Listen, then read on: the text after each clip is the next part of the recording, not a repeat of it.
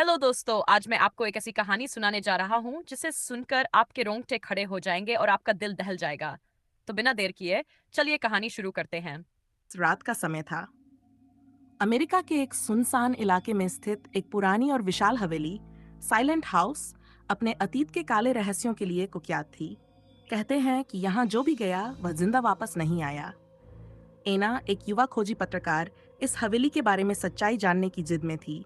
वह मानती थी कि इन किस्सों के पीछे सिर्फ अंधविश्वास और लोगों की डरावनी कहानियां हैं। एक रात एना ने अपने 3 दोस्तों, जैक, लूसिया और मैक्स के साथ इस रहस्यमय घर में जाने का फैसला किया। हवेली में प्रवेश चमगारों की तेज आवाज और ठंडी हवा के बीच चारों ने हवेली का भारी लोहे का दरवाजा धक्का देकर खोला।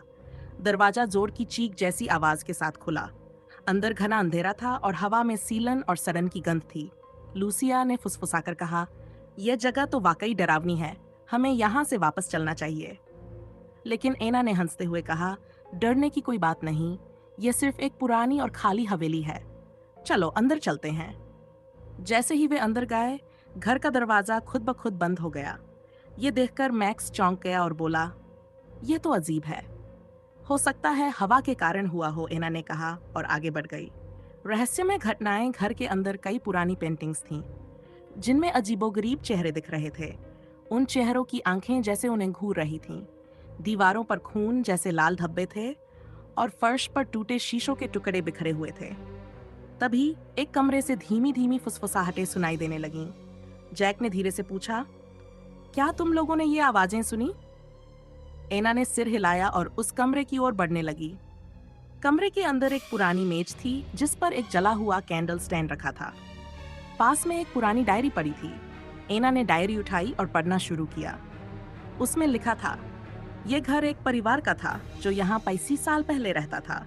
लेकिन एक रात किसी अज्ञात शक्ति ने पूरे परिवार को खत्म कर दिया। उनकी चीखें अब भी इस घर की दीवारों में कैद हैं। तभी हवा का एक तेज झोंका आया और डायरी एना के हाथ से छूटकर गिर गई। कमरे की खिड़कियां जोर जोर से बजने लगीं। लूसिया ने डरकर कहा, हमें यहाँ से निकल जाना चाहिए। लेकिन एना ने कहा, नहीं, हमें तहखाने की जांच करनी चाहिए, शायद वहां कुछ और सुराग मिले। चारों ने तहखाने की सीढ़ियां उतरना शुरू किया। नीचे का माहौल और भी डरावना था। वहां दीवारों पर खून के हाथों के निशान थे और हर कदम पर उनके पीछे किसी के चलने की आवाज आ रही थी। तहखाने के बीचों बीच एक पुराना लकड़ी का ताबूत रखा था।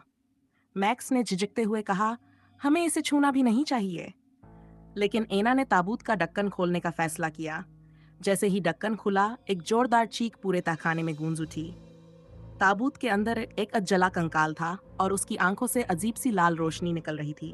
अचानक तहखाने का दरवाजा खुद ब खुद बंद हो गया। चारों के फोन और टॉर्च बंद हो गए और हर तरफ घना अंधेरा छा गया।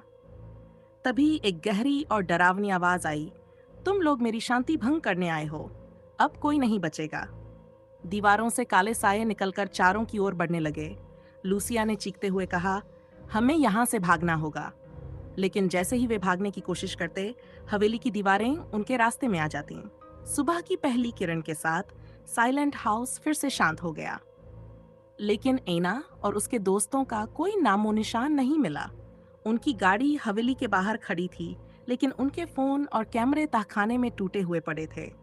लोग कहते हैं कि वे चारों अब भी साइलेंट हाउस में कैद हैं और उनकी चीखें हर रात सुनाई देती हैं। क्या आप भी साइलेंट हाउस की सच्चाई जानने की हिम्मत करेंगे?